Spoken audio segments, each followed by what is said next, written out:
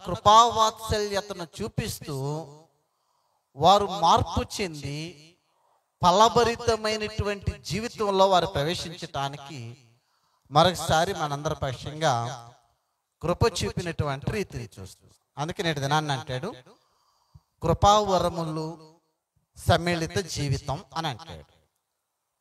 కృపావరములు సమ్మిళిత జీవితం అనేటువంటి మాటను గురించి కొందరు వ్యక్తులు కావచ్చు, లేకుంటే వ్యాఖ్యానకర్తలు కావచ్చు, వారు ఏమంటారంటే rules for life and living అంటాడు.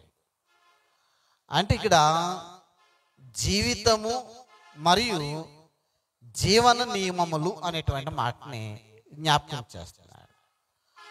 అంటే ఫలభరితమైన జీవితం కలిగి ఉండాలి అని అంటే దానికి కొన్ని నియమ నిబంధనలు పాటించాలి అనేటువంటి మాటని తెలియజేస్తా ఉంటే మరికొందరు అంటారు క్రైస్ట్ మోడ్ ఆఫ్ మినిస్ట్రీ అనేటువంటి మాటని జ్ఞాపకం చేస్తారు. అంటే క్రీస్తు పరిచర్య విధానాన్ని ఇక్కడ పరిచయం చేస్తూ ఉన్నారు అనేటువంటి మాటని ఇక్కడ మనం చూస్తున్నాం.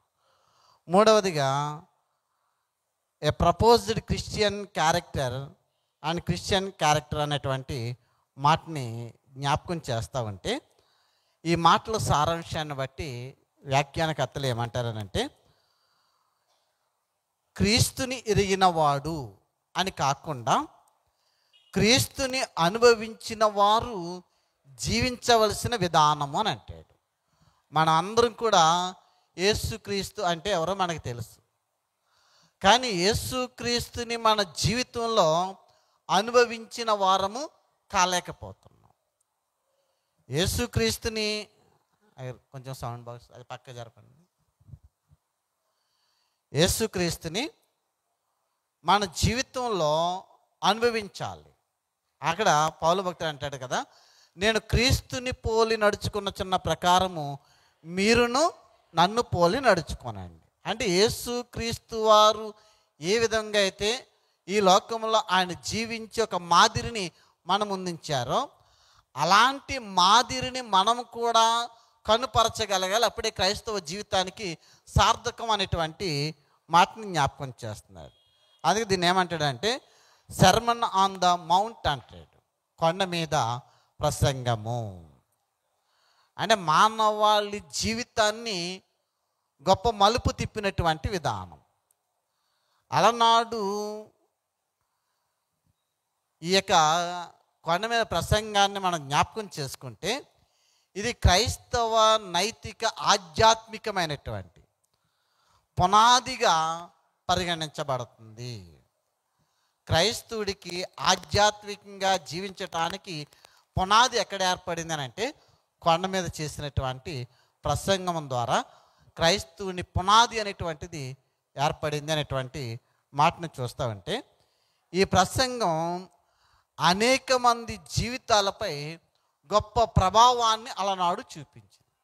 నేటికి కూడా క్రైస్తవుని పునాది క్రైస్తవుడిగా మారటానికి బలమైన పునాదిగా జీవితాల్ని మార్చేటువంటి చారిత్రక ఘట్టంగా ఈ యొక్క కొండ మీద ప్రసంగాన్ని మనం చూస్తున్నటువంటి ఆ రీతిని చూస్తున్నాం. అయితే ఇక్కడ చూసినటువంటి లేఖనాల్లో మానవ సమాజ నిర్మాణంలో దేవుడు వినూత్నమైనటువంటి మార్పుని తీసుకుని వస్తూ ఉన్నాడు. అంటే దేవుడు ఏర్పరచుకున్నటువంటి జనులు ఎలా ఉండాలి, ఏ విధంగా వారు జీవించాలి. ఈ సృష్టిలో తనకంటూ ఒక ప్రత్యేకమైనటువంటి జనాంగం ఉండాలి అని ఎవరిని పిలిచాడండి? ఎక్కడో ఇరాక్ దేశంలో ఉన్నటువంటి మెసొపొతేమియా ప్రాంతంలో నివసిస్తున్నటువంటి అబ్రహాముని పిలిచాడు. అబ్రహాముని పిలిచి ఏమన్నాడు? నేను చూపించే దేశానికి వెళ్ళాలి. వెళ్ళేటువంటి సమయంలో అక్కడ నిబంధనలు ఉన్నాయి. ఏమంటాడు? నీ బంధువులను, నీ స్నేహితులను, నీ దేశాన్ని విడిచిపెట్టాలి అని అన్నాడు. విడిచిపెట్టి వెళితే నువ్వు వెళ్ళు ప్రతి స్థలంలో నిన్ను అత్యధికంగా ఆశీర్వదిస్తానని చెప్పి దేవుడు వాగ్దానం చేశాడు. మరి దేవుడు చేసిన వాగ్దానాన్ని నమ్మినటువంటి అబ్రహాము బంధువులను, స్నేహితులను, అక్కడ తన దేశాన్ని విడిచి ప్రభు చూపించిన ప్రాంతానికి వెళ్ళి గుడారం వేసేవాడు. ఎక్కడికైతే వెళ్ళి గుడారం వేశాడో అక్కడ ఒక బలిపీఠాన్ని కట్టాడు. దేవునికి బలి అర్పించి ప్రార్థించి దేవుని ద్వారా బహుగా దీవెనలు పొందుకున్నటువంటి రీతిని చూస్తున్నాం. ఆ విధంగా అబ్రహాము నుంచి ఇస్సాకు, ఇస్సాకు నుంచి యాకోబు. మరి వీరు విస్తరించాలి. ఐగుప్తు దేశానికి కరువు ప్రాంతంలో వారు వెళుతున్నటువంటి సమయంలో ఎంతమందిగా వెళ్ళారండి? ఐగుప్తు దేశానికి వెళ్ళేటువంటి సమయంలో ఎంతమందిగా వెళ్ళారంటే 70 మందిగా వారు ఐగుప్తు దేశానికి వెళ్ళారు. కానీ తిరిగి వచ్చేటువంటి సమయంలో లక్షలాది జనాంగం. వెళ్ళినప్పుడేమో 70 మందిగా మాత్రమే వెళ్ళారు. కానీ వారు తిరిగి వచ్చేటువంటి సమయంలో లక్షలాదిగా తిరిగి వస్తున్నారు.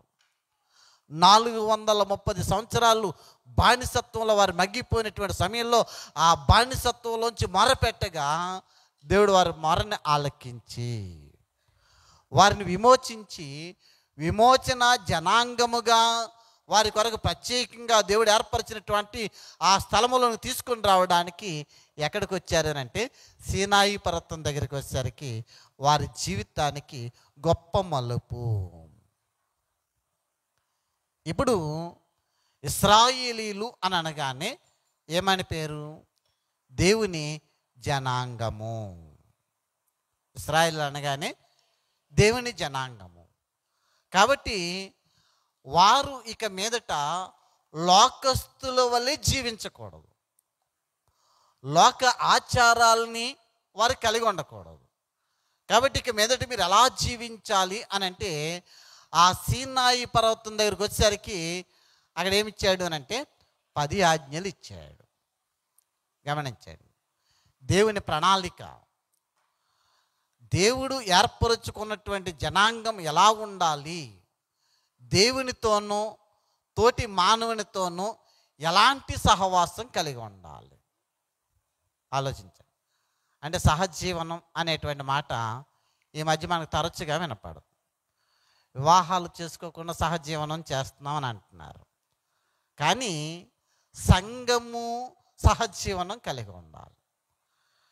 అక్కడ సీనాయి పర్వతం దగ్గరికి ఇశ్రాయేల్ ఆ సర్వ సమాజం రాగానే దేవుని ప్రత్యక్షత ఆ సీనాయి పర్వతం మీదకి దిగి వచ్చినప్పుడు మోషేకి అందించినటువంటి 10 ఆజ్ఞల్లో ఏం చెప్పబడ్డాయి అని అంటే 2 రాతి పలకలు మోషేకి అందించబడ్డాయి. ఆ రాతి పలకల మీద 10 ఆజ్ఞలు రాయబడి ఉండటం మనం చూసాం. మొదటి పలకలో ఎన్ని ఆజ్ఞలు ఉన్నాయి అని అంటే 3 ఆజ్ఞలు కనపడదు. అంటే మానవుడు దేవునితో ఎలాంటి సంబంధం కలిగి ఉండాలి. రెండవ పలకలో 7 ఆజ్ఞలు ఉంటాయి. ఈ 7 ఆజ్ఞలు ఒక మానవుడు తన తోటి మానవునితో ఎలాంటి సహవాసం కలిగి ఉండాలి అనేటువంటి మాటను అక్కడ జ్ఞాపకం చేస్తాను.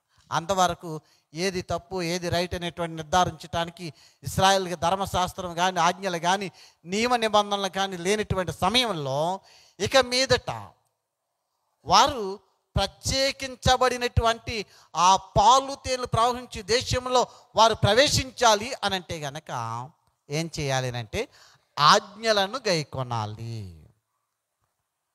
గమనించండి, అలనాడు ఇశ్రాయేల్ ప్రజలకి దేవుడు ఎలాగైతే నియమ నిబంధనలు ఏర్పాటు చేసి ఉన్నాడో వారు వాగ్దాన భూమిలో ప్రవేశించాలి అని అంటే ఏం పాటించాలి? నియమ నిబంధనలు, ఆజ్ఞలు, ధర్మశాస్త్రం వీటిని గైకొనాలి. వాటిని గైకొంటేనే ఎక్కడికి వస్తారు? పాలు తేనెలు ప్రవహించే దేశంలోనికి వారు ప్రవేశిస్తారు. ఇది సీనాయి పర్వతం దగ్గరికి వచ్చేసరికి ఆ మౌంట్ ఆఫ్ సీనాయి అక్కడికి వచ్చేసరికి ఇశ్రాయేల్ యొక్క జీవితాన్ని గొప్ప మలుపు తిప్పినటువంటి సంఘటన. ఇప్పుడు సర్వమానవాళి దేవుని రాజ్యంలో ప్రవేశించాలి అని అంటే the sermon on the mount, యేసుక్రీస్తు వారు కొండ మీద చేసినటువంటి ప్రసంగాన్ని విని దాని ప్రకారం నడుచుకున్న వాడు దేవుని రాజ్యంలో ప్రవేశిస్తాడు. రెండింటికి తేడా లేదండి. ఇశ్రాయేలీయులు వాగ్దాన దేశంలో ప్రవేశించాలి. ఆ వాగ్దాన దేశం ఎలా ఉందనంటే ఆ రానయ్యినటువంటి పరలోక రాజ్యానికి సాదృశ్యంగా కనబడుతుంది. పాలు తేనెలు ప్రవహించు దేశము అని అన్నాడు ఇశ్రాయేలుతో. దాంట్లో మీరు ప్రవేశించాలి అంటే ఆజ్ఞలు నియమ నిబంధనలు గైకోనండి అని అంటున్నాడు. ఇప్పుడు యేసుక్రీస్తు వారు వచ్చి ఏమంటారంటే దేవుని రాజ్యం సమీపంగా ఉంది, ఆ దేవుని రాజ్యంలో మీరు ప్రవేశించాలి అని అంటే ఈయన ఎక్కడిస్తున్నాడు? కొండ మీద కూర్చుని అక్కడ ప్రసంగిస్తూ ఆయన చెంతకు వచ్చిన ప్రతి వారికి ఈ మాటలు తెలియచేస్తున్నటువంటి మాటను చూస్తాం. అంటే ఇక్కడ నియమాలని పాటించాలి. అందుకే నూతన సమాజం ఏర్పడినటువంటి తరుణంలో వారికి 10 ఆజ్ఞలు ఇవ్వబడినటువంటి రీతిలో ఆజ్ఞలను కోల్పోతున్నటువంటి తరుణంలో, ఆజ్ఞలను మీరుచున్నటువంటి తరుణంలో, దేవునికి విరుద్ధంగా పాపం చేసి మరలా వారు దేవునికి దూరం అయిపోతున్నటువంటి తరుణంలో ప్రవక్తలను దేవుడు పంపించాడు. యెషయా ప్రవక్త, ఇర్మియా ప్రవక్త, యెహెజ్కేలు ప్రవక్తల ద్వారా రాబో దినాల్లో ఏమి సంభవించనై ఉంది, రాబోయేటువంటి దినాలలో ఏమి సంభవించనై ఉంది. వారు దర్శనాన్ని చూడటమే కాకుండా ఆ దర్శన యొక్క భావాన్ని మన కళ్ళ ముందు ఉంచారు. అందుకే యెషయా గ్రంథం 11వ అధ్యాయము 1 నుంచి 5 వచనాలు మనం చూస్తూ ఉంటే ఆత్మపూర్ణుని మనకు చూపిస్తూ ఉన్నాయి. ఆత్మపూర్ణుడైనటువంటి ప్రభువుని మన కన్నులకు ప్రత్యక్షపరిచినటువంటి రీతిని చూస్తున్నాం. అదే 11వ అధ్యాయంలో 6 నుంచి 10 వచనాలు మనం చదివినట్లయితే అక్కడ సర్వ సృష్టిలో మానవ సంబంధాన్ని వివరించినటువంటి రీతిని చూ. మొదటి 5 వచనాలలో ఆత్మపూర్ణుడైనటువంటి ప్రభువుని మనకు పరిచయం చేస్తూ ఉంటే 6 నుంచి 10 వచనాల్లో సర్వ సృష్టిలోని ఆ యొక్క మానవ సంబంధాన్ని వివరిస్తూ ఉంటే మొత్తం టోటల్గా ఈ 11వ అధ్యాయాన్ని మనం చూసినప్పుడు వ్యక్తి సృష్టి మధ్య ఉన్నటువంటి సంబంధాన్ని నూతన పరిచిన విధానాన్ని మనం చూస్తున్నాం. అందుకే 65వ అధ్యాయంలో మనం చూస్తాం కదా, క్రొత్త ఆకాశము క్రొత్త భూమి అనేటువంటి మాటను మనం చూస్తున్నాం. మరి యేసుక్రీస్తు వారు వచ్చినప్పుడు క్రొత్త ఆకాశం క్రొత్త భూమి ఏర్పడుతుంది అనేటువంటి మాటను అక్కడ మనం జ్ఞాపకం చేసుకున్నటువంటి రీతిని చూస్తాం. అయితే ఇక్కడ మరి యేసుక్రీస్తు వారు మానవాళి విమోచన కొరకై, యేసుక్రీస్తు వారు మానవాళి విమోచన కొరకై తండ్రి సన్నిధిని విడిచి మానవుడిగా ఈ లోకానికి దిగి వచ్చినటువంటి రీతిని చూస్తున్నాం. ఎందుకు అనంటే మానవాళి చేసిన పాపకార్యం, ఆజ్ఞాతిక్రమమే పాపము. మొట్టమొదటిగా ఆజ్ఞలోంచి తొలగిపోయింది ఎవరు అనంటే మన ఆది తల్లిదండ్రులైనటువంటి ఆదాము అవ్వలు. తదుపరి ఇశ్రాయేలీయులకి నోటి మాట చెప్తే సరిపోదు అనేటువంటి రీతిలో ఆయన స్వహస్తముతో ఆయన వ్రేలితో వ్రాసిచ్చినటువంటి ఆజ్ఞలను చూచైనా వారు జ్ఞాపకం ఉంచుకుంటారు. అనాది కాలంలో వ్రాత పలకలు లేవు, ధర్మశాస్త్రాలు లేవు. కాబట్టి దేవుని నోటి నుండి వచ్చినటువంటి మాటని వారు వినాలి, దాన్ని గైకొనాలి, దాన్ని ఆచరించాలి. మరి ఆదాము అవ్వలు దాన్ని పాటించారనంటే పాటించలేదు కనుక పాపము మానవునిలోనికి ప్రవేశించింది. ఆ పాపము ద్వారా మానవునికి ఏమి సంక్రమించింది అని అంటే మరణము సంక్రమించింది. మరి అనాదిగా ప్రతి ఒక్కరూ మరణిస్తూనే ఉన్నారు. మానవ జాతి నశించిపోతున్నటువంటి తరుణంలో మానవాళిని సంరక్షించాలి. దేవుడు నిత్యము కోపిస్తే ఈ సృష్టిలో జీవము నశించిపోతుంది కనుక ఆయన కోపించకుండా ఏం చేస్తున్నాడు అంటే కనికరాన్ని చూపుతున్నాడు. కనికిరాన్ని చూపి మానవాళి విమోచన కొరకే తన కుమారుని మరణానికి అప్పగించి ఆ మరణములోంచి మానవాళిని విమోచించాలి అని చెప్పేసి మన కొరకు ఆయన అనుగ్రహించాను అనేటువంటి మాటను చూస్తున్నాం. అక్కడ యెషయా గ్రంథంలో 9వ అధ్యాయంలో 6వ వచనంలో ఏమంటాడనంటే, యాలయనగా మనకు శిశువు పుట్టెను, మనకు కుమారుడు అనుగ్రహించబడెను అని అంటాడు. ప్రవక్త మాట్లాడుచున్నటువంటి మాటలో ఆంతర్యాన్ని మనం గుర్తించాలి. యాలయనగా మనకు శిశువు పుట్టెను అనేటువంటి మాట అక్కడ సరిపోతుంది కదండి. అంత మాత్రం కాకుండా మనకి కుమారుడు అనుగ్రహించబడెను అనేటువంటి మాటను ఎందుకు అనుగ్రహించబడ్డాడు అమ్మా? ఎందుకు అనుగ్రహించబడ్డాడు? అక్కడ కింద చూస్తే ఆయన భుజం మీద రాజ్యభారముండును అనేటువంటి సమాధానకర్త, నిత్యుడగు తండ్రి అని ఇలా పేర్లు మనం చూస్తున్నాం. కానీ దానికి పైన ఏమంటాడనంటే మనకి కుమారుడు అనుగ్రహించబడెను. ఎందుకు అనుగ్రహించబడ్డాడు? ఎప్పుడైనా ఆలోచించామా? యోహాను సువార్త 3వ అధ్యాయం 16వ వచనంలో, దేవుడు లోకమును ఎంతో ప్రేమించెను కాగా ఆయన తన అద్వితీయ కుమారునిగా పుట్టిన వాని యందు విశ్వాసముంచు ప్రతివాడును నశింపక నిత్య జీవం పొందినట్లు ఆయనను అనుగ్రహించాను. గమనించండి, ప్రశ్న ఎక్కడొచ్చింది? యెషయా గ్రంథంలో మనం ప్రశ్నను చూచాం. కుమారుడు అనుగ్రహించబడెను అనేటువంటి మాటను చూసాం.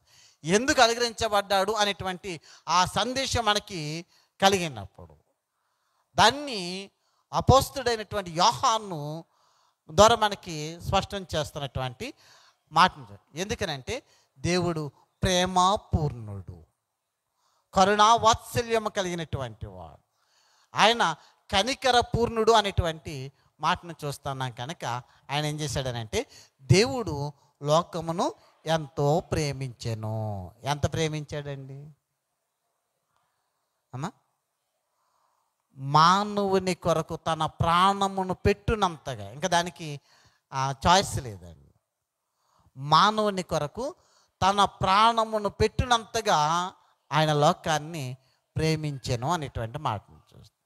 అందుకే ఆ లోకం మీద ఉన్నటువంటి, లోకం అంటే ఈ సృష్టి మీద కాదండి, సృష్టిలో ఆయన స్వరూపంలో నిర్మించుకున్నటువంటి మానవుని పైన ప్రేమ.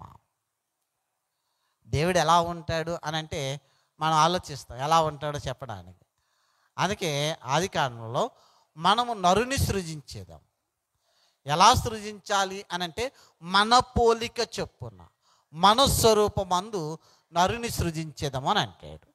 మరి తన పోలికలో సృజించుకున్నటువంటి మానవుడు నశించిపోయి ఆ నిత్య నరకాగ్నిలోనికి వెళ్ళటం దేవునికి ఎంత మాత్రం కూడా ఇష్టం లేదు. అందుకే ఏం చేస్తున్నాడనంటే అక్కడ చదువుకున్నటువంటి ఆ యోహాను సువార్త 3వ అధ్యాయం 16వ వచనంలో ఏమంటాడనంటే, దేవుడు లోకమును ఎంతో ప్రేమించెను కాగా ఆయన తన అద్వితీయ కుమారునిగా పుట్టిన వాని యందు విశ్వాసముంచు ప్రతివాడును నశింపక నిత్య జీవం పొందినట్లు ఆయనను అనుగ్రహించెను అనేటువంటి మాటను చూస్తాం. కనుక మానవాళి నశించిపోకూడదు, వారు నిత్య జీవాన్ని పొందుకోవాలి. దేవునితో సహవాసం కలిగి దేవుని రాజ్యంలో వారు నివసించాలి అని అంటే ఇప్పుడు ఎవరి యందు విశ్వాసం ఉంచాలి అమ్మా? ఆయన కుమారుడిగా పుట్టినటువంటి యేసుక్రీస్తునందు విశ్వాసం ఉంచాలి. అది యేసుక్రీస్తు వారు తన సువార్తను ప్రారంభించటమే గొప్ప నినాదాన్ని ఎత్తుకున్నారు. ఏంటా నినాదం అమ్మా? యేసుక్రీస్తు వారి నినాదం ఏంటండి?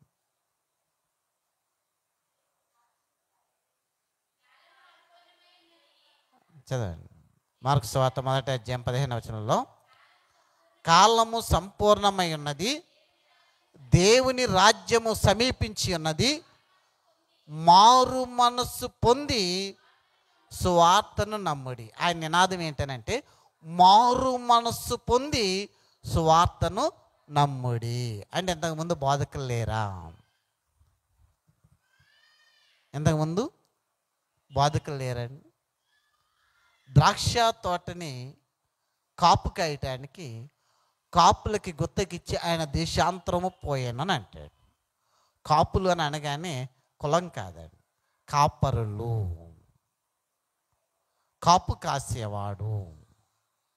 అంటే ఇక్కడ కాపరులకి అప్పగించినటువంటి సమయంలో వారు ప్రజలను ఎలా పరిపాలిస్తున్నారు, ప్రజలకి ఏం బోధిస్తున్నారు? శాస్త్రులు పరిశీలన అనబడినటువంటి వారు ధర్మశాస్త్రోపదేశకులుగా ఉన్నప్పటికీ కూడా వారు సత్యాన్ని బోధించటం మానివేశారు. ఆచార కర్మకాండల్ని వారు అవలంబిస్తూ ఉన్నారు. దహన బలులు ఈ యొక్క వీటిని ప్రేరేపిస్తూ ఉన్నారు. కానీ దశమ భాగాలు తీసుకుని రండి, మీరు దహన బలులు అర్పించండి, ఆచార కర్మకాండల్ని మీరు పాటించట్లేదు, వీటన్నిటిని మీరు చేయాలి, ఇలాగున అధిక భారాన్ని ప్రజల మీద మోపుతూ వారిని పీడిస్తున్నారు. కానీ దేవునికి సమీపంగా రావాలి అని అంటే ఏం చేయాలి? దేవుని రాజ్యంలో ప్రవేశించాలి అంటే మీరు ఎలా జీవించాలి? దేవుడిచ్చిన ఆజ్ఞలను మీరు గైకొనండి. సీనాయి పర్వతం దగ్గర మనకి ఇవ్వబడినటువంటి 10 ఆజ్ఞలు మీరు పాటించండి, ధర్మశాస్త్రాన్ని మీరు అవలంబించండి అనేటువంటి మాటల్లో వారు దేనిని కూడా బోధించట్లేదు. కానీ దహన బలులు తేవాలి, నైవేద్యం తేవాలి, దశమ భాగాలు తీసుకురావాలి, ఇదే పదాలు ఎక్కువయ్యాయి. ఆజ్ఞలు నియమ నిబంధనలను విడిచిపెట్టారు. ఆచార కర్మకాండలను పట్టుకుని వాటిని వేలాడుతున్నటువంటి సమయంలో యేసుక్రీస్తు వారు ఒక్కసారిగా ఆయన ప్రకటించిన నినాదం ఏంటంటే కాలము సంపూర్ణమై ఉన్నది. ఏ కాలం? మీరు ఎవరి కొరకైతే వేచి చూస్తూ ఉన్నారు, ఎవరి రాకను గూర్చి అయితే ప్రవక్తలు ప్రవచించి ఉన్నారో ఆ ప్రవక్తలు ప్రవచించిన కాలము సంపూర్ణమైనది. ప్రవక్తలు ప్రవచించిన రీతిగా మెస్సియ వచ్చి ఉన్నాడు. ఆయన ఏం ప్రకటిస్తున్నాడనంటే దేవుని రాజ్యము సమీపముగా ఉన్నది. ఏంటండి? దేవుని రాజ్యము సమీపించి ఉన్నది. కాబట్టి ఏం చేయాలి? మారు మనస్సు పొంది సువార్తను నమ్ముడని చెప్పుచు దేవుని సువార్తను ప్రకటించుచు గలిలయకు వచ్చాను. గమనించండి, ఎక్కడికి వచ్చారండి? గలిలయకు వచ్చారు. మరి గలిలయకు వచ్చినటువంటి సమయంలో ఈయన కొండ మీద ప్రసంగం అని మనం మత్తయి సువార్తలో 5వ అధ్యాయం మొదలుకొని 7వ అధ్యాయం అంతా కూడా ఈ 3 అధ్యాయులు కూడా కొండ మీద ప్రసంగమే. ఆ కొండ మీద ప్రసంగంలోని కొన్ని మాటలు లూకాసు వార్తికుడు మన మధ్యన ఉంచినటువంటి రీతిని చూస్తున్నాం. మరి కొండ ఎక్కడ ఉందండి అమ్మా? ఈ కొండ ఎక్కడ ఉంది? యేసుక్రీస్తు వారు సువార్తను ప్రారంభించి ఆ సువార్తను ప్రకటిస్తూ ఎక్కడికి వచ్చారు? గలిలయ ప్రాంతానికి వచ్చారు. గలిలయ ప్రాంతంలో సముద్ర తీరాన ఉన్నటువంటి కొండ దగ్గరికి వచ్చేసరికి ఈయన నినాదం క్రొత్తగా ఉంది. మారు మనస్సు అనేటువంటిది ఒక మలుపు. మారు మనస్సు అనేటువంటిది గొప్ప మలుపుగా వారికి కనపడినటువంటి తరుణంలో ఏమిటి ఈ వింత? ఎంతవరకు ఆచార కర్మకాండలను పాటించండి, నైవేద్యం తీసుకుని రండి, బలులు అర్పించండి అనేటువంటి మాటల్ని మనం అధికంగా విని ఉన్నాము. కానీ ఈయన బోధలో మీరు మారు మనస్సు పొంది సువార్త నమ్ముడి అనేటువంటి మాటను చెప్పగానే జీవితానికి ఇది ఒక క్రొత్త మలుపుగా కనపడుతుంది. ఇశ్రాయేలీలు ఐగుప్తు దేశము నుండి సీనాయి పర్వతం దగ్గరికి వచ్చేసరికి వారి జీవితానికి ఎలాగైతే కొత్త మలుపు సంభవించిందో ఇప్పుడు యేసుక్రీస్తు వారు కూడా ఈ గలిలయ ప్రాంతంలోనికి మారు మనసు పొందండి, సువార్తను నమ్మండి, మీరు అందరూ కూడా దేవుని రాజ్యంలో ప్రవేశించండి అని ఈ సువార్తను ప్రకటించుకుంటూ వస్తూ ఉంటే మారు మనస్సు, వారి మీద భారం లేదు, శాస్త్రులు పరిచయులు బోధిస్తున్నటువంటి బోధలో వారి భుజస్కంధాల మీద బరువును మోపుతున్నారు. కానీ ఈయన ఆ బరువుని తీసివేసి ఆ సులువైన మార్గాన్ని, మీరు దేవుని రాజ్యంలో ప్రవేశించాలనంటే ఎలాంటి కర్మకాండలు ఆచరించవలసినటువంటి ఆవశ్యకత లేదు, కానీ మార్పు చెందాలి. ఇప్పుడు మీరు జీవిస్తున్నటువంటి జీవితం దేవునికి విరుద్ధమైనది, పాపభూయిష్టమైనటువంటి జీవితాన్ని మీరు జీవిస్తున్నారు. ఈరోజు వాక్య సందేశానికి ముందు ఏం పాట పాడాలి అని చెప్పేసి కొంతమందితో డిస్కస్ చేసినప్పుడు అన్నారు, పత్రిక పాటల్లో దేవుని పిల్లలమని ఉంది కదా, దేవుని వారసులమని పాడదాం అని అన్నారు. కానీ దేవుని వారసులం అని పేరుకే, కానీ వాస్తవ రూపం అలా లేదు. ప్రముఖంగా క్రైస్తవులు అని చెప్పబడినటువంటి పిల్లలు మన దగ్గర ఉన్నంతసేపు చాలా బాగుంటున్నారు, కానీ బయటికి వెళ్ళిన తర్వాత వారి ప్రవర్తన వీరు క్రైస్తవులు అని చెప్పుకోవడానికి సిగ్గుగా కనపడుతుంది. పేరుకి పాటలు పాడేస్తున్నాం, మందిరాలకి వెళుతున్నాం, క్రైస్తవులు అనే పేరు మాత్రం ఉంది, కానీ అందుకు తగినట్లుగా మన జీవితం లేదు. అందుకే యేసుక్రీస్తు వారు మార్పు చెందండి, మీరు మారు మనస్సు అనుభవంలోనికి రావాలి. ఇశ్రాయేలీయులందరూ కూడా మరి ధర్మశాస్త్రం మేము కలిగి ఉన్నాం, దేవునికి ఆజ్ఞలు మేము గైకొన్నాం, దహన బలులు అర్పిస్తున్నాం, సమాధాన బలులు ఇస్తున్నాం, పాప పరిహారార్థ బలులు అర్పిస్తున్నాం, మేము నీతిమంతులమని అనుకుంటున్నారు. కానీ మీరు పాపభూయిష్టమైన జీవితాన్ని కలిగి ఉన్నారు, దాన్ని విడిచిపెట్టాలి. మీరు మార్పు నొందిన బిడ్డలైతేనే దేవుని రాజ్యంలోనికి మీరు ప్రవేశిస్తారు అనేటువంటి మాటని తెలియపారు. మరి మారు మనస్సుకు సంబంధించినటువంటి ఆ వార్తను వినినప్పుడు ఆ గలిలయ సముద్ర తీరానికి అనేకులు వచ్చి ఆయన బోధన వినటానికి సిద్ధపడినటువంటి సమయంలో ఆయనతో పాటు ఆయన శిష్యులు కొండెక్కి కూర్చుని ఆ సముద్ర తీరాన ఉన్నటువంటి వారందరికీ వినబడులాగిన ఆయన బోధ చేస్తున్నటువంటి రీతిని మనం చూస్తున్నాం. మార్పు చెందితే ఆ జీవితం ఎలా ఉంటుంది అని అంటే, లోకసువార్త 19వ అధ్యాయం 1 నుంచి 10 వచనాల్లో మనం చూసినప్పుడు అక్కడ సుంకపు గుత్తదారుడైనటువంటి జక్కయ్యను మనం చూస్తున్నాం. జక్కయ్య త్వరగా దిగిరమ్మనేడు, నేను నీ ఇంట ఉండవలసి ఉన్నది అన్న మాట చెప్పగానే అతడు సంతోషముతో ఆ చెట్టు మీద నుంచి దిగి ఆయనతో పాటు నడవటం ప్రారంభించాడు. ప్రభు ఏమన్నా నువ్వు ఇలా చేయి అలా చేయని చెప్పాడా? ఆయనతో పాటు అడుగులు వేయటం ప్రారంభించగానే అతనిలో వచ్చినటువంటి పరివర్తన, అతనిలో కలిగినటువంటి ఆ మారు మనసు అనుభవాన్ని చూచి ఏమంటున్నారంటే, ప్రభువా నేను ఎవరి యొద్దైనను దేనినైనా అన్యాయంగా తీసుకుని వెళ్ళా దాన్ని తిరిగి 4 నేను చెల్లిస్తాను. ధర్మశాస్త్ర ప్రకారము ఎవరిదైనా అన్యాయంగా తీసుకుంటే దానికి 4 చెల్లించాలి. కనుక ఇక్కడ నేను 4 వేసి దాన్ని తిరిగి చెల్లిస్తాను, నా ఆస్తిలో సగభాగం బేదలకు ఇచ్చేస్తాను అని చెప్పి తీర్మానం చేసుకున్నాడు. 4 చెల్లించి ఆస్తిలో సగభాగం బేదలకు ఇచ్చేస్తే అతని దగ్గర ఇంకేమైనా ఉందా అంటే సమస్తాన్ని విడిచిపెట్టాడు.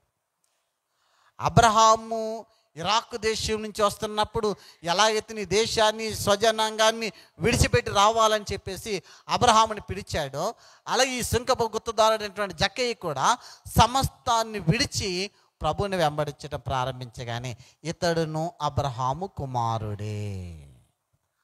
అబ్రహాం ఎలాగైతే విడిచి వచ్చాడో ఇతడు కూడా అలాగే సమస్తాన్ని విడిచి నన్ను వెంబడిస్తూ ఉన్నాడు. అది మార్పు చెందిన జీవితం. అదే లోకసువార్త 15వ అధ్యాయంలో గడిచిన వారం మనం చూసాం.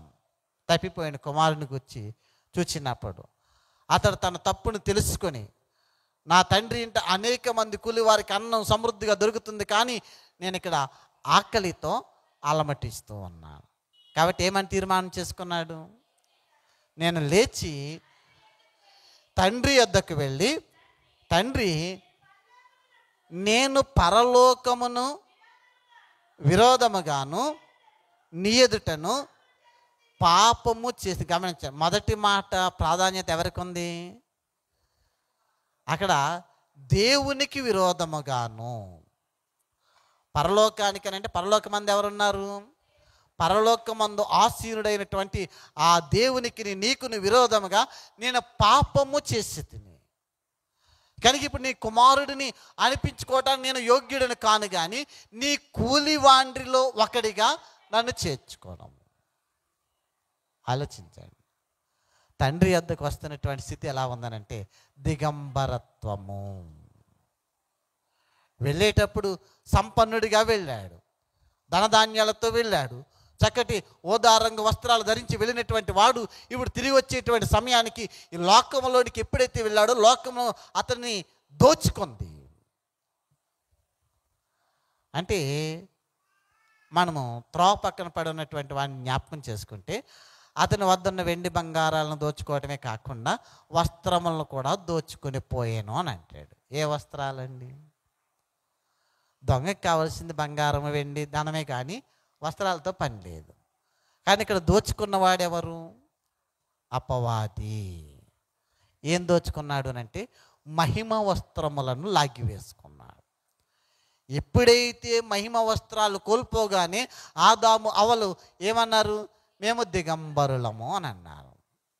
మరి త్రోవ పక్కన పడి ఉన్నటువంటి వాడు కూడా అలాంటి దిగంబరత్వంలో మహిమ వస్త్రాలు కోల్పోయినటువంటి సమయంలో మంచి సమరయుడు వచ్చి వానికి వస్త్రాన్ని ఇచ్చాడు. వారి గాయాలు కడిగి గాయాలు కట్టి పొట్టుకుని వాళ్ళ ఇంటికి తీసుకుని వెళ్ళి ధనం ఇచ్చి అతనికి నేను వచ్చు పర్యంతము వీనికి పోషణ దయచేయను. తప్పిపోయిన కుమారుడు కూడా వస్త్రహీనుడిగా వస్తున్నటువంటి సమయంలో అతడు మార్పు నొందిన జీవితంతో తిరిగి వస్తున్నాడు. కనుక తండ్రి పరిగెత్తుకుని వెళ్ళి మెడ మీద పడి ముద్దు పెట్టుకుని అతన్ని కౌగిలించుకున్నప్పుడు ఆ తండ్రి కలిగి ఉన్నటువంటి ఆ వస్త్రపు చెంగులు అతని దిశమల సిగ్గుని కాపాడాయి. అనేకులు చూడకుండా తండ్రి తన వస్త్రపు చెంగుతో అతని సిగ్గుని కప్పినటువంటి తరుణంలో పని వారిని పిలిచి ప్రశస్తమైన వస్త్రాన్ని తీసుకుని రండి. మార్పు చెందితే అంతటి గొప్ప అనుభూతిని మనం చూస్తున్నాం. మార్పు చెందకుండా మేము క్రైస్తవులం దేవాలయానికి వచ్చేసి ఉన్న పాటున వచ్చు చున్నాను నీ పాద సన్నిధికో రక్షక ఎన్న సఖ్యము గాని పాపము లన్ని మోపుగా వీపుపై బడి యొన్న విధి నడలేక తోట్రిల్లు చున్నవాడను నన్ను దయగను. ఎలా వస్తున్నామండి అమ్మా? ఉన్నపాటిని వచ్చేస్తున్నామండి, రావట్లేదు. సమయం అవుతుంది వెళ్ళాలి అని అనుకుని సమయానికి ముందే బయలుదేరుతున్నాం. బైబిల్ పట్టుకుని పాటల పుస్తకం పట్టుకుని అడుగుల్లో అడిగేస్తాం, పెళ్ళిని అడగ నడుస్తాం. అప్పుడు ఎలా నడిచాం గుర్తు చేసుకుని ఆ పెళ్ళిని అడగ నడుస్తూ వస్తున్నావా లేదా అక్కడ ఆగిపోద్ది. అడిగి అక్కడ ఆగిపోయి ఇప్పుడే కదా ప్రార్థన చేశారు వెళ్దాంలే అని అనగానే ఈ లోపల పాట అయిపోద్ది. ఇంకో ఇల్లు దాటుతాం, వాళ్ళకి ఎక్కేస్తాం, అక్కడ ఇంకా ఆరాధన స్టార్ట్ అవ్వలేదు కదా వెళ్దాంలే. ఈ లోపల నువ్వు దేవాలయం దగ్గరికి వచ్చేసరికి ఆరాధన అయిపోయి ఆయాసంతో మెట్లు ఎక్కుతూ ఉంటావు. ఎందుకనండి? ఎందుకు అడిగడట్లేదు అని అంటే నీవు చేసిన పాప కార్యాలన్నింటినీ కూడా మోపుగా కట్టుకుని నీ వీపుపై వేసుకుని నడుస్తూ ఉంటే నీ అడుగులు తుళ్ళిపోతూ ఉన్నాయి. ఆయన పాద సన్నిధిలోనికి రావటానికి నీ అడుగు పడట్లేదు. ఎందుకనంటే నీపై ఉన్నటువంటి పాప భారం అలాంటిది. అందుకే యేసుక్రీస్తు వారు సర్వమానవాళి పాప విమోచన కార్యాలని జరిగిస్తున్నటువంటి సమయంలో సమస్త మానవాళి పాపాలని తన భుజస్కంధం మీద వేసుకుని ఆ కల్వరి కొండ వైపు పయనిస్తున్నటువంటి సమయంలో ఎన్నిసార్లు తుళ్ళిపోవాలి? నీకు ఇక్కడి నుంచి ఇక్కడికి వస్తాకే ఆయాసం వచ్చేస్తే యెరూషలేము పురవీధుల గుండా ఆ ఈడ్చుకుంటూ ఆ కొరడాలతో కొట్టుకుంటూ తీసుకుని వెళతా ఉంటే మరి ఆయన తుళ్ళిపోడా అండి?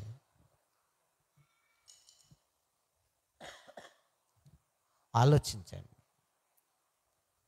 మనము ఉన్న పాటును వచ్చేస్తున్నాం అని అనుకుంటున్నాం, కానీ మన పాప కార్యాలని మన భుజస్కంధాల మీద వేసుకుని రావడానికి తుడిపడుతున్నాం, తుళ్ళిపోతూ ఉన్నాం, ఆయాసపడుతున్నటువంటి సమయంలో ఇక్కడికి వచ్చి ప్రభువా నా పాపాన్ని తీసేయి, మార్పు లేకుండా వచ్చి నువ్వెన్ని పాటలు పాడినావు అని మనం ఎలా ఉన్నాం? మన స్థితి ఏంటి? ఈరోజు నేను అంగి వేసుకుని ఇక్కడ ప్రసంగించవచ్చు, కానీ నా స్థితి ఏంటో ప్రభువుకు తెలుసు. ఆయన సమస్తము చూచుచున్నటువంటి దేవుడు. అందుకే అంటాడు కదా, పురుషోత్తమ చౌదరి గారు రాసినటువంటి ఆత్మవంచన అనేటువంటి పాటను రాస్తా అంటాడు కదా, సకలము చూచెడి దేవుని కంటికి చాటుగా జరిగేడి పని ఏది, ఇక చెవి గుసగుసలెల్లను దిక్కులా ప్రకటము చేసేడి ప్రభువు నాడని, ఎరిగి ఎరిగి చెడిపోతేవి మనసా, ఇక నీదికే వరు చెప్పుమా. ఈ గలిలయ సముద్ర తీరాన్న యేసుక్రీస్తు వారు ఉన్నటువంటి సమయంలో ఆ కొండ సమీపానికి వచ్చినటువంటి ప్రతి వాని మనస్సుని ఆయన ఎరిగి ఉన్నాడు. వారు ఏ స్థితిలో ఉన్నారు, ఎలా బ్రతుకుతూ ఉన్నారు, వారి ఆత్మీయ జీవితం ఎలా ఉందో ఎరిగిన వాడు కనుక మీరు ఎలా ఉండాలి. కొండ దగ్గరికి వచ్చిన వారితో ప్రభు ఏమంటున్నాడు? చదువుకున్నటువంటి స్వార్థ పాఠ్యభాగంలో 36వ వచనంలో, కాబట్టి మీ తండ్రి కనికరము గలవాడై ఉన్నట్టు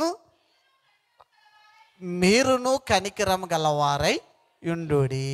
గమనించండి, మీ తండ్రి కనికరము గలవాడై ఉన్నట్టు మీరును కనికరము గలవారు. అంటే దయా దాక్షిణ్యము ఇలాంటివి లేనిటువంటి సమయంలో మీలో సహోదర ప్రేమ లేదు, ఇతరుల్ని క్షమించేటువంటి గుణం లేదు, ఇతరుల ఆపదలో ఉంటే వారికి సాయపడేటువంటి పరిస్థితి లేదు గనక మీ తండ్రి కనికరము గలవాడు గనక. ఇశ్రాయేలుతో ప్రభు ఏమన్నాడు? నేను పరిశుద్ధుడినై ఉన్న ప్రకారము మీరును పరిశుద్ధులై ఉండుడి అనేటువంటి మాటని జ్ఞాపకం చేశాడు. ఇక్కడ యేసుక్రీస్తు వారు ఏమంటున్నారంటే మీ తండ్రి కనికరము గలవాడు కనుక మీరును కనికరము గలవారై ఉండండి. అంటే అక్కడ చేరి వచ్చిన ప్రజలందరూ కూడా దేవుని ఎరిగినటువంటి వారే, కానీ దేవుడిచ్చినటువంటి ఆజ్ఞలను వారు గైకొనట్లేదు, దేవుడిచ్చినటువంటి నియమ నిబంధనలు వారు పాటించట్లేదు. కనుక తండ్రి స్వభావాన్ని ఒకసారి అక్కడికి వచ్చిన వారందరికీ జ్ఞాపకం చేస్తూ కనికరము గలవారై ఉండుడి అనేటువంటి మాటని మత్తయి సువార్త 5వ అధ్యాయం 48వ వచనంలో,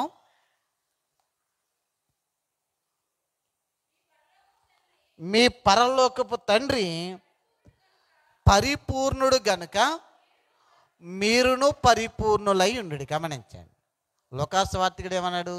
మీ తండ్రి కనికరమ గలవాడు కనుక మీరును కనికరమ గలవారై ఉండండి అని అంటే, మత్తయి సువార్త ఏమంటాడంటే మీ పరలోకపు తండ్రి. అంటే ఇక్కడ తండ్రి అంటే ఎవరు అనుకుంటారేమో, లోకాసువార్త మీ తండ్రి కనికరమ గలవాడు అని అన్నాడు. మత్తయి సువార్త ఏమన్నాడు? కొంచెం క్లారిఫికేషన్ ఇస్తున్నాడు. మీ పరలోకపు తండ్రి పరిపూర్ణుడు గనక మీరును పరిపూర్ణులై ఉండాలి. కానీ మనం అసంపూర్ణులుగానే ఉన్నాం. క్రైస్తవులం అని పేరు పెట్టుకున్నాం, కానీ క్రీస్తు యొక్క బోధల్ని అనుసరించలేనిటువంటి బిడలుగానే జీవిస్తున్నాం. మనం మాట్లాడుతూ ఉంటే మన మాట తీరును బట్టి వీరు క్రైస్తవులు అని గుర్తించగలగాలి.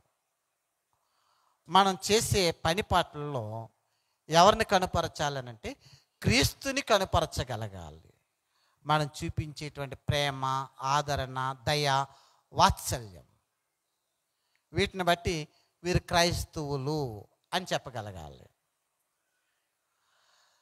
మనం ఆదివారం ప్రార్థనకు వచ్చి పాటలు పాడేసి ఆరాధించి ప్రార్థన చేసి వెళ్ళిపోయిన తర్వాత బయట ఎదవేసాలు వేస్తున్నాం అనుకోండి, వీరు అసలు క్రైస్తవులేనా? ఆలోచించండి. ఈ మాటకి ఆ మాటకి ఎంత వ్యత్యాసం ఉంది. మనల్ని చూచి వీరు క్రైస్తవులు, క్రీస్తుని ఎరిగిన వారు అని చెప్పగలగాలి. కానీ వీరు అసలు క్రైస్తవులేనా అని సంబోధించారని అంటే ఆయన పేరు చెప్పుకుని ఆయన పేరుని పోగొట్టేటువంటి ప్రజలు వీళ్ళు. కనికరం చూపితే నీ జీవితం ఎలా ఉంటుందని అంటే 5వ అధ్యాయం 7వ వచనంలో అంటాడు కదా, కనికరము గలవారు ధన్యులు, వారు కనికరింపబడతారు. ఎప్పుడు కనికరం పొందుతారు అనంటే నీవు తీర్పులోనికి వచ్చినప్పుడు. ప్రతి మానవుడు కూడా తీర్పులోనికి రానై ఉన్నాడు. మరి తీర్పులోనికి వచ్చినప్పుడు అక్కడ ఏమంటాడు? మీకును మీ తండ్రి అపవాదికి ఏర్పరచబడినటువంటి ఆ నిత్య నరకాగ్నిలోనికి పోవుడి అని అంటాడు. అక్కడ అలా కాకుండా కపెర్నహూము అని చూచి అంటాడు, మీ ఎదుట చేయబడిన అద్భుత కార్యాలు అలనాడు తూరు సీదోనులో కానీ సుధమ గుమర్రలో కానీ చేస్తే నేటి వాటి గతి వార్వ తగినది అని అంటాడు. అంటే వాటిని చూచి జాలి పడేటువంటి పరిస్థితి. అక్కడ మార్పు చెందడానికి వారికి అవకాశం లేదు. డైరెక్ట్గా అగ్ని గంధకాలను పంపించి కాల్చివేశాడు. కానీ నీవు అలాంటి స్థితిలోనికి రాకూడదు. అగ్ని గంధకాల చేత నువ్వు కాల్చబడకుండా ఉండాలని అంటే నువ్వు మార్పు చెందితే చాలు. నువ్వు మారు మనసు అనుభవంలోనికి వచ్చి దేవుని నియమాల్ని నువ్వు పాటిస్తే నీ జీవితం ధన్యకరం అని అంటాడు. అందుకే దేవుని పిల్లలు అని చెప్పబడినటువంటి మనకి ఉండవలసినటువంటి లక్షణాలు ఏంటనంటే, ఒకటి కనికరం గలవారై ఉండాలి. రెండవది తీర్పు తీర్చకూడదు. మూడవదిగా చూసినప్పుడు నేరము మోపకూడదు. నాలుగవది క్షమించేటువంటి గుణం కలిగి ఉండాలి. ఐదవది అప్పిచ్చేటువంటి గుణం కూడా కలిగి ఉండాలి. ఆపదలో ఉన్న వారిని చూసి సంతోషించటం కాకుండా మనకు చేతనైన రీతిలో వారికి సహాయం చేయగలగాలి. కానీ మనం ఏం చేస్తున్నామనంటే తీర్పరులమై ఉన్నాం. మనం పెద్ద మనుషులం, న్యాయం తీర్చేటువంటి వారికి వెళ్ళి అక్కడ నిలబడి తీర్పు తీరుస్తామంటే మన తీర్పులో ఒకరికి అన్యాయమే జరుగుతుంది. మనం విని దాన్ని బట్టి ఏమంటామంటే ఒకరికి న్యాయం తీర్చామని అనుకుంటున్నాం, కానీ అవతల వాడికి అన్యాయమే అవతల వాడు ఏమంటాడు?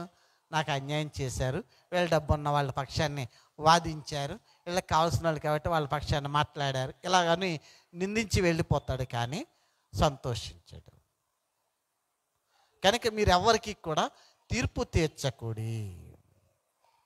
తీర్పు తీర్చే అధికారం ఎవరికి ఉందనంటే తండ్రికి మాత్రమే ఉంది. యేసుక్రీస్తు వారు నేను తీర్పు తీర్చడానికి ఈ లోకానికి రాలేదు. మరి మనం ఏ పార్టీ వారం? కనుక యేసుక్రీస్తుని అంగీకరించినటువంటి ప్రతి బిడ్డ కూడా ఎలా ఉండాలి అని అంటే ఆయన శిష్యులు కావచ్చు, బాధకులు కావచ్చు, విశ్వాసులు కావచ్చు, ప్రతి ఒక్కరు కూడా ఎలా ఉండాలనంటే కనికరము గలవారై ఉండాలి మొట్టమొదటిగా. రెండోది విశ్వాసులకి తీర్పు తీర్చేటువంటి తీర్పరులుగా ఉండకూడదు. విశ్వాసుల మీద నేరం మోపే వారిగా ఎంత మాత్రము ఉండకూడదు. ఒకవేళ వారు తప్పిదం చేస్తే ప్రభువైన యేసుక్రీస్తు వారు ఎలాగైతే మన పాపాలను క్షమించి అన్నాడు, మనం కూడా క్షమించాలి. ఎంతకాలం క్షమించాలండి? ప్రభువా ఎన్ని మార్లు పాపిని క్షమించాలని అడిగారు. ఎన్ని మార్లు క్షమించాలండి అమ్మా? ఏడు మార్ల 70 ఏండ్ల మట్టుకు అని అంటాడు. అంటే మానవుని ఆయుష్కాలం 70 సంవత్సరాలు. కనుక అతడు బ్రతుకు దినములన్నింటిలోనూ కూడా నువ్వు క్షమించగలిగితే నీవు చేసిన పాపాలను బట్టి నీ తండ్రి అయినటువంటి దేవుడు నిన్ను క్షమిస్తాడు. ఈ కొండ మీద ప్రసంగంలో ఎలా ప్రార్థన చేయాలి, ఎలా ఉపవాసం ఉండాలి, ఎలాగూ దేవుని సాన్నిధ్యంలో మనం సాగిపోవాలి అనేటువంటి లక్షణాలను అక్కడ చూపిస్తూ కిందకు వచ్చి అంటాడు, ఉపమానం చెప్తూ, గ్రుడ్డివానికి దారి చూపగలడా. ఎవరిని ఉద్దేశించారండి? శాస్త్రులు, పరిసయ్యులు అనబడిన వారు. వారే ఒక అంధకారంలో ఉన్నారు. వారు గుడ్డితనం కలిగి గుడ్డివారైనటువంటి మానవాళికి దారి చూపుతాం, మేము బోధిస్తున్నాం, ఆ బోధలు వినండి, ఆ వారి బోధల వెంట మీరు వెళ్ళకండి అని అంటున్నారు. అందుకే మనం అంధత్వం గలవారమై ఉన్నాం, చీకట్లో నడుచున్నాం. కనుక ఇప్పుడు ఎక్కడికి రావాలి అని అంటే వెలుగులోనికి రావాలి. వెలుగులోకి నీవు రావాలి అని అంటే మారు మనస్సు అనుభవం కలిగి ఉండాలి అనేటువంటి మాటను చూస్తాం. అందుకే చదువుకున్నటువంటి పత్రిక పాఠ్యభాగంలో అంటాడు కదా 19వ వచనంలో, దేవుని కుమారుల ప్రత్యక్షత కొరకు సృష్టి మిగిల ఆశతో తేరి చూచుచు కనిపెట్టుచు ఉన్నది. అంటే దేవుని కుమారుల ప్రత్యక్షత ఎప్పుడు కలుగుతుందండి? దేవుని కుమారుల ప్రత్యక్షత ఎప్పుడు కలుగుతుంది? యేసుక్రీస్తు వారు మేఘారూఢుడై వచ్చుచున్నటువంటి సమయంలో ఆయనతో పాటు రక్షించబడినటువంటి జనాంగం కూడా భూమి మీదకి దిగి వచ్చే తరుణం కొరకు సృష్టి మిగుల ఆశతో కనిపెడతా ఉంది. ఇప్పుడు ఎలా ఉంది అని అంటే అక్కడ మూలుగుతూ ఉంది. మానవాళి చేసినటువంటి పాప కార్యాన్ని బట్టి ఈ సృష్టి కూడా శపించబడినటువంటి తరుణంలో సృష్టికి కూడా శాప విమోచన కలగాలి అని అంటే అది ఎప్పుడు కలుగుతుందనంటే దేవుని కుమారులు ఎప్పుడైతే తిరిగి భూమి మీద ప్రత్యక్షం అవుతారో వారు ప్రత్యక్షమైనటువంటి తరుణంలో ఈ యొక్క 1000 ఏండ్ల రాజ్యపాలన ముగించగానే ఈ భూమి ఆకాశాలు లయమవుతాయి. ఆవిడ క్రొత్త ఆకాశము క్రొత్త భూమి రాబోతుంది. ఆ స్థితి కొరకు ఈ సృష్టి యావత్తు మిగిలిన ఆశతో తేరి చూచి కనిపెడుతున్నటువంటి సమయంలో మనం కూడా ఎలా కనిపెట్టాలి అని పౌలు చెప్తున్నాడు అంటే 23వ వచనంలో అంటాడు కదా, ఆత్మ యొక్క ప్రథమ ఫలములు నొందిన మనము కూడా దత్తపుత్రత్వము కొరకు అనగా మన దేహము యొక్క విమోచన కొరకు కనిపెట్టుచు మనలో మనము మూలుగుచారు. అంటే ఈ దేహములో జీవించి ఉన్నంత కాలము కూడా ఎవరికి దూరంగా ఉన్నామనంటే దేవునికి దూరంగానే ఉన్నాం. ఈ దేహాన్ని విమోచించాలి. ఇది పాపపూరితమైనటువంటిది. మహిమ దేహాన్ని ధరించుకోవటానికి దాని కొరకు కనిపెట్టుచు మూలుగుచు ఉన్నాము. అందుకే ఆ విమోచన కొరకే మనం ప్రార్థన చేసేటువంటి సమయంలో అబ్బా తండ్రి అని మూలుగుతూ ఉన్నాం. నువ్వు ఎలా ప్రార్థించాలో తెలియనటువంటి సమయంలో ఉచ్చరింప శక్యము కాని మూలుగులతో నీ ఆత్మ దేవుని సన్నిధిలో మొరపెడతాం. అంటే మనం ప్రార్థించాలి, దేవుని రాజ్యంలో ప్రవేశించాలి అంటే ప్రార్థించాలి, దేవుని నియమాల్ని ఆజ్ఞల్ని గైకొనాలి, మారు మనసు అనుభవం కలిగి ఉండాలి, దానికి తోడు కృపావరములు కలిగి ఉండాలి అని అంటాడు. కృపావరాలు ఎన్నండి అమ్మా? కృపావరములు ఎన్ని? ఇక్కడ మనం క్రైస్తవులు అనాలి ఏమనాలి? కృపావరములు ఉన్నాయండి అసలు? అపోస్తలుడైన పౌలు కొరింథీయులకు రాసిన మొదటి పత్రిక 12వ అధ్యాయం 4వ వచనంలో,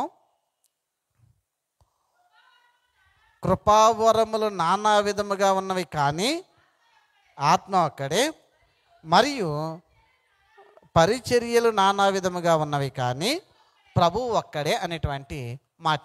అంటే కృపావరములు ఉన్నవి, నానా విధములుగా ఉన్నవి కానీ ఆత్మ ఒక్కడే అనేటువంటి మాట. అయితే కృపావరాలు ఎన్ని అనేటువంటిది మనం చూసినప్పుడు 8వ వచనంలో, ఎలాగనగా ఒకనికి ఆత్మ మూలంగా బుద్ధివాక్యమును మరి యొక్కనికి ఆ ఆత్మను అనుసరించి జ్ఞానవాక్యమును మరి యొక్కనికి ఆ ఆత్మ వలననే విశ్వాసమును మరి యొక్కనికి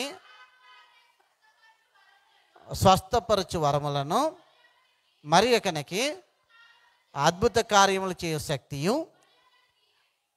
మరి యొక్కనికి ప్రవచన వరమును మరి యొక్కనికి ఆత్మల వివేచనయు మరి యొక్కనికి నానా వివిధ భాషలను మరి యొక్కనికి భాషల అర్థం చెప్పు శక్తియు అనుగ్రహింపబడి ఉన్నవి. ఎన్నండి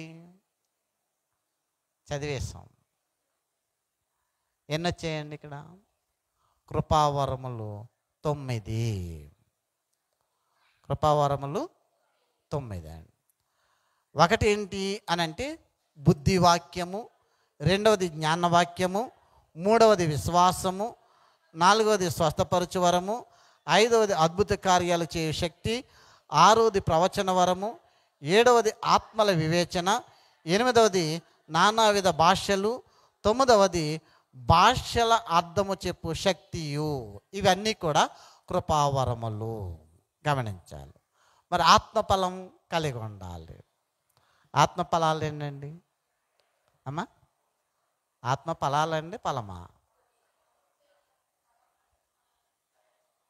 ఆత్మ ఫలాలు కాదండి, ఆత్మ ఫలము. గలతీ పత్రిక 5వ అధ్యాయంలో మనం చూస్తామంటే, అయితే గమనించండి, ఆత్మ ఫలాలు అనలేదండి. ఆత్మ ఫలము ఏమనగా ప్రేమ, సంతోషము, సమాధానము, దీర్ఘశాంతము, దయాళత్వము, మంచితనము, విశ్వాసము, సాత్వికము, ఆశానిగ్రహం. ఇవన్నీ కలిగి ఉండాలి. కృపావరములు 9, ఆత్మఫలములో ఉన్నటువంటి తొనలు 9. ఈ వీటిని నీవు కలిగి ఉన్నప్పుడు మాత్రమే దేవుని రాజ్యంలో నీవు ప్రవేశించగలుగుతావు.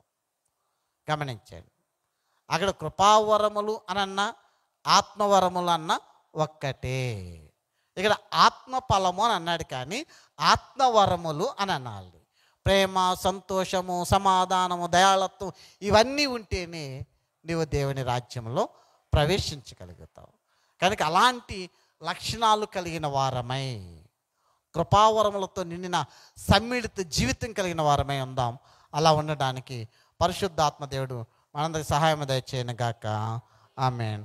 సమస్త జ్ఞానకు మించినటువంటి దేవుని సమాధానం ప్రభువైన యేసుక్రీస్తు వలన మీ హృదయములకును తలంపులకును కావలి ఉండును గాక. ఆమేన్.